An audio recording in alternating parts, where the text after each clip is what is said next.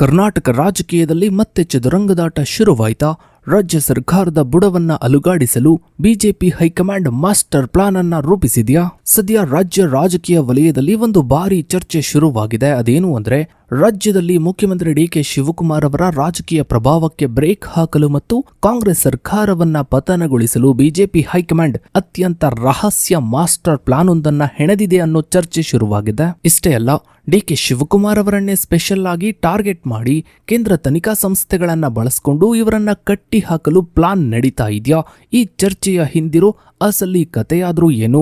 ಬಿಜೆಪಿಯ ಈ ತಂತ್ರಗಾರಿಕೆ ನಿಜವೇ ಆಗಿದ್ರೆ ಇದು ರಾಜ್ಯ ರಾಜಕೀಯದಲ್ಲಿ ಎಂತಹ ಸಂಚಲನವನ್ನ ಸೃಷ್ಟಿಸಲಿದೆ? ಇದರ ಬಗ್ಗೆನೇ ಒಂದು ವಿಶೇಷ ವರದಿ ಇದೆ, ಬನ್ನಿ ನೋಡ್ತಾ ಹೋಗೋಣ. ಸ್ನೇಹಿತರೆ, ಕರ್ನಾಟಕದಲ್ಲಿ ಡಿಕೆ ಶಿವಕುಮಾರ್ ಅವರನ್ನ ಟಾರ್ಗೆಟ್ ಮಾಡಿಕೊಂಡು ತೀವ್ರ ರಾಜಕೀಯ ತಂತ್ರಗಾರಿಕೆ ಮತ್ತು ಸೈದ್ಧಾಂತಿಕ ಚರ್ಚೆಗಳು ನಡೀತಾ ಇವೆ.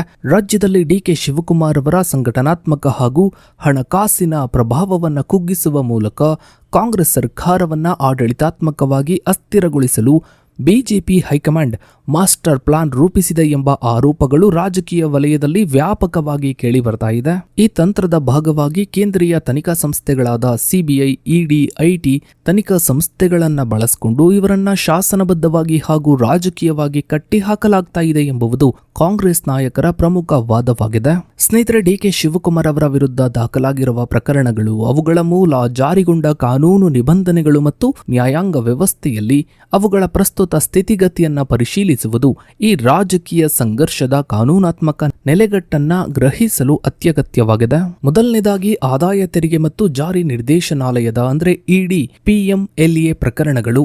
ಈ ಕಾನೂನು ಹೋರಾಟದ ಮೂಲವು 2017ರ ಆಗಸ್ಟ್ನಲ್ಲಿ ಪ್ರಾರಂಭವಾಯಿತು. ಆದಾಯ ತೆರಿಗೆ ಇಲಾಖೆಯು ದೆಹಲಿ ಮತ್ತು ಬೆಂಗಳೂರಿನಲ್ಲಿರುವ ಡಿಕೆ ಶಿವಕುಮಾರ್ ಅವರ ನಿವಾಸಗಳು ಹಾಗೂ ಉದ್ಯಮ ಕ್ಷೇತ್ರಗಳ ಮೇಲೆ ಸರಣಿ ದಾಳಿಯನ್ನ ನಡೆಸಿ ಸುಮಾರು 8.59 ಕೋಟಿ ನಗದನ್ನ ವಶಪಡಿಸಿಕೊಂಡಿತ್ತು. ಈ ದಾಳಿಯ ಆಧಾರದ ಮೇಲೆ ಐಟಿ ಇಲಾಖೆಯು ಬೆಂಗಳೂರಿನ ವಿಶೇಷ ನ್ಯಾಯಾಲಯದಲ್ಲಿ ತೆರಿಗೆ ವಂಚನೆ ಮತ್ತು ಹವಾಲಾ ವಹಿವಾಟಿನ ಆರೋಪ ಹೊರಿಸಿ ದೂರನ್ನ ದಾಖಲಿಸಿತು. ಐಟಿ ಇಲಾಖೆಯ ದೂರನ್ನ ಮೂಲ ಅಪರಾಧ ಎಂದು ಪರಿಗಣಿಸಿದ ಜಾರಿ ನಿರ್ದೇಶನಾಲಯವು 2018ರ ಸೆಪ್ಟೆಂಬರ್ನಲ್ಲಿ ಅಕ್ರಮ ಹಣ ವರ್ಗಾವಣೆ ತಡೆ ಕಾಯ್ದೆಯ ಅಡಿಯಲ್ಲಿ ತನಿಖೆಯನ್ನ ಆರಂಭಿಸಿತು. ಈ ಪ್ರಕರಣದ ತನಿಖೆಯ ಭಾಗವಾಗಿ 2019ರ ಸೆಪ್ಟೆಂಬರ್ 3ರಂದು ಡಿಕೆ ಶಿವಕುಮಾರ್ ಅವರನ್ನು ಇಡಿ ಅಧಿಕಾರಿಗಳು ಬಂಧಿಸಿದ್ರು. ಸುಮಾರು 50 ದಿನಗಳ ಕಾಲ ದೆಹಲಿಯ ತಿಹಾರ್ ಜೈಲಿನಲ್ಲಿದ್ದ ಇವರಿಗೆ 2019ರ ಅಕ್ಟೋಬರ್ನಲ್ಲಿ ದೆಹಲಿ ಹೈಕೋರ್ಟ್ ಜಾಮೀನನ್ನ ಮಂಜೂರು ಮಾಡಿತು. ಈ ಪ್ರಕರಣದಲ್ಲಿ ಮಹತ್ವದ ತಾಂತ್ರಿಕ ತಿರುವು ಲಭಿಸಿದ್ದು 2024ರ ಮಾರ್ಚ್ 5ರಂದು ಸುಪ್ರೀಂ ಕೋರ್ಟ್ನ ಮುಖ್ಯ ನ್ಯಾಯಮೂರ್ತಿಗಳಾದ ಸೂರ್ಯಕಾಂತ್ ಮತ್ತು KV ವಿಶ್ವನಾಥನ್ ಅವರಿದ್ದ ಪೀಠವು ಡಿಕೆ ಶಿವಕುಮಾರ್ ವಿರುದ್ಧ PMLA ಪ್ರಕರಣವನ್ನ ಸಂಪೂರ್ಣವಾಗಿ ವಜಾಗೊಳಿಸಿತು. ಭಾರತೀಯ ದಂಡ ಸಂಹಿತೆಯ ಸೆಕ್ಷನ್ 120B1 ಸ್ವತಂತ್ರ ಅಪರಾಧವೆಂದು ಪರಿಗಣಿಸಿ PMLA ಅಡಿಯಲ್ಲಿ ಕ್ರಮವನ್ನ ಕೈಗೊಳ್ಳಲು ಸಾಧ್ಯವಿಲ್ಲ ಎಂದು ಕಾನೂನು ತತ್ವವನ್ನ ಆಧರಿಸಿ ಈ ಆದೇಶವನ್ನ ನೀಡಲಾಯಿತು. ಇದು ಡಿಕೆ ಶಿವಕುಮಾರ್ ಅವರಿಗೆ ದೊಡ್ಡ ಕಾನೂನಾತ್ಮಕ ನೆಮ್ಮದಿಯನ್ನ ತಂದುಕೊಡ್ತು. ಇನ್ನು ಎರಡನೆಯದಾಗಿ, ಕೇಂದ್ರೀಯ ತನಿಖಾ ದಳದ ಅಂದ್ರೆ CBIನ ಅಕ್ರಮ ಆಸ್ತಿ ಗಳಿಕೆ ಪ್ರಕರಣ. ಇಡೀ ತನಿಖೆಯ ಸಂದರ್ಭದಲ್ಲಿ ಲಭ್ಯವಾದ ಮಾಹಿತಿಯ ಆಧಾರದ ಮೇಲೆ ಜಾರಿ ನಿರ್ದೇಶನಾಲಯವು ರಾಜ್ಯ ಸರ್ಕಾರಕ್ಕೆ ಪತ್ರವನ್ನ ಬರೆದು ಸಿಬಿಐ ತನಿಖೆಗೆ ಶಿಫಾರಸನ್ನ ಮಾಡಿತು. 2013ರಿಂದ 2018ರ ನಡುವೆ ಕಾಂಗ್ರೆಸ್ ಸರ್ಕಾರದಲ್ಲಿ ಸಚಿವರಾಗಿದ್ದ ಅವಧಿಯಲ್ಲಿ ಡಿಕೆ ಶಿವಕುಮಾರ್ ಮತ್ತು ಅವರ ಕುಟುಂಬದವರು 74.93 ಕೋಟಿ ಮೌಲ್ಯದ ಅಕ್ರಮ ಆಸ್ತಿ ಗಳಿಸಿದ್ದಾರೆ ಎಂದು ಆರೋಪಿಸಿ ಸಿಬಿಐ ಭ್ರಷ್ಟಾಚಾರ ತಡೆ ಕಾಯ್ದೆಯ ಅಡಿಯಲ್ಲಿ 2020ರ ಅಕ್ಟೋಬರ್ 3ರಂದು FIR ದಾಖಲಿಸಿತು. ಈ ಪ್ರಕರಣವು ಪ್ರಸ್ತುತ ಕೇಂದ್ರ ರಾಜ್ಯ ಸಂಘರ್ಷದ ಕೇಂದ್ರಬಿಂದುವಾಗಿದೆ. 2019ರ ಸೆಪ್ಟೆಂಬರ್ 25ರಂದು ಅಂದಿನ BS ಯಡಿಯೂರಪ್ಪ ನೇತೃತ್ವದ ಬಿಜೆಪಿ ಸರ್ಕಾರ ಸಿಬಿಐಗೆ ನೀಡಿದ್ದ ಸಮ್ಮತಿಯನ್ನು 2023ರ ನವೆಂಬರ್ನಲ್ಲಿ ಅಧಿಕಾರಕ್ಕೆ ಬಂದ ಸಿದ್ದರಾಮಯ್ಯ ನೇತೃತ್ವದ ಕಾಂಗ್ರೆಸ್ ಸರ್ಕಾರವು ಹಿಂಪಡೆಯಿತು. ಈ ಸಮ್ಮತಿ ಹಿಂಪಡೆಯುವಿಕೆಯನ್ನ ಪ್ರಶ್ನಿಸಿ ಸಿಬಿಐ ಹಾಗೂ ಬಿಜೆಪಿಯ ಶಾಸಕ ಬಸನಗೌಡ ಪಾಟೀಲ್ ಯತ್ನಾಳ್ ಸಲ್ಲಿಸಿದ ಅರ್ಜಿಯನ್ನ ಕರ್ನಾಟಕ ಹೈಕೋರ್ಟ್ 2024ರ ಆಗಸ್ಟ್ನಲ್ಲಿ ತಿದ್ದುಪಡಿ ಮಾಡಬಹುದಾದದ್ದಲ್ಲ ಎಂದು ವಜಾಗೊಳಿಸಿತು. ಹೈಕೋರ್ಟ್ ಆದೇಶವನ್ನ ಪ್ರಶ್ನಿಸಿ ಸಿಬಿಐ ಸುಪ್ರೀಂ ಕೋರ್ಟ್ ಮೆಟ್ಟಿಲೇರಿದ್ದು, ನ್ಯಾಯಮೂರ್ತಿ ಸೂರ್ಯಕಾಂತ್ ನೇತೃತ್ವದ ಪೀಠವು ಈ ಅರ್ಜಿಯನ್ನ ವಿಚಾರಣೆ ನಡೆಸುತ್ತಿದೆ.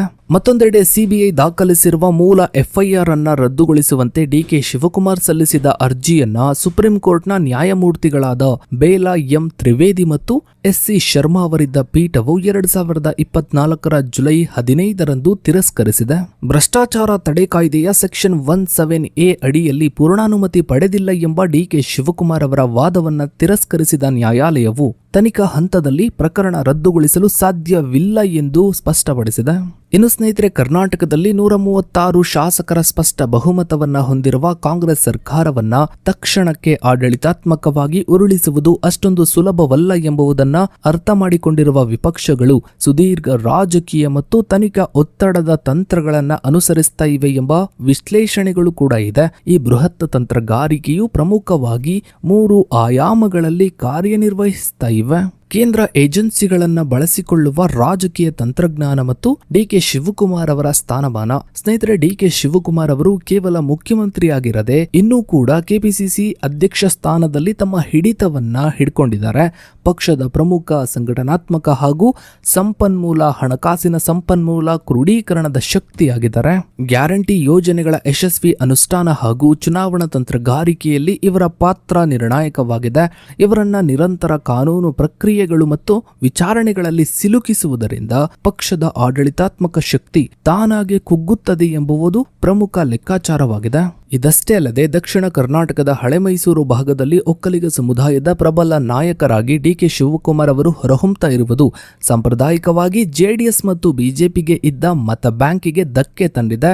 ಡಿಕೆ ಶಿವಕುಮಾರ್ ಅವರ ರಾಜಕೀಯ ಪ್ರಭಾವವನ್ನು ತಗ್ಗಿಸುವುದರಿಂದ ಈ ಭಾಗದಲ್ಲಿ ಎಚ್.ಡಿ. ಕುಮಾರಸ್ವಾಮಿ ನೇತೃತ್ವದ ಜೆಡಿಎಸ್ ಹಾಗೂ ಬಿಜೆಪಿ ಮೈತ್ರಿ ಒಕ್ಕೂಟದ ಪಟ್ಟು ಬಿಗಿಗೊಳಿಸಲು ಸಾಧ್ಯ ಎಂಬುದು ಈ ತಂತ್ರದ ದ್ವಿತೀಯ ಹಂತದ ಆಲೋಚನೆಯಾಗಿದೆ. ಇನ್ನು ಸ್ನೇಹಿತರೆ, ಎರಡನೆಯದಾಗಿ ಶಾಸಕರ ಖರೀದಿ ಆರೋಪ ಹಾಗೂ ಸರ್ಕಾರ ಅಸ್ಥಿರಗೊಳಿಸುವ ಪ್ರಯತ್ನಗಳು. ರಾಜ್ಯದಲ್ಲಿ ಕಾಂಗ್ರೆಸ್ ಸರ್ಕಾರವನ್ನ ಪತನಗೊಳಿಸಲು ಬಿಜೆಪಿ ಆಪರೇಷನ್ ಕಮಲಕ್ಕೆ ಸಿದ್ಧತೆಯನ್ನ ನಡೆಸ್ತಾ ಇದೆ ಎಂದು ಸ್ವತಃ ಮಾಜಿ ಮುಖ್ಯಮಂತ್ರಿ ಸಿದ್ದರಾಮಯ್ಯ ಹಾಗೂ ಕಾಂಗ್ರೆಸ್ನ ಶಾಸಕ ರವಿ ಗಣಿಗ ಅವರು ಬಹಿರಂಗವಾಗಿ ಆರೋಪವನ್ನ ಮಾಡಿದರು. ಕಾಂಗ್ರೆಸ್ನ ಪ್ರತಿಯೊಬ್ಬ ಶಾಸಕರಿಗೆ 50ರಿಂದ 100 ಕೋಟಿಯವರೆಗೆ ನೀಡಿ ಸುಮಾರು 50 ಶಾಸಕರನ್ನ ರಾಜೀನಾಮೆ ಕೊಡಿಸುವ ಮೂಲಕ ಸರ್ಕಾರವನ್ನ ಅಸ್ಥಿರಗೊಳಿಸಲು ಯತ್ನಿಸಲಾಗ್ತಾ ಇದೆ ಎಂದು ಸಿದ್ದರಾಮಯ್ಯನವರು ಆರೋಪಿಸಿದ್ದಾರೆ.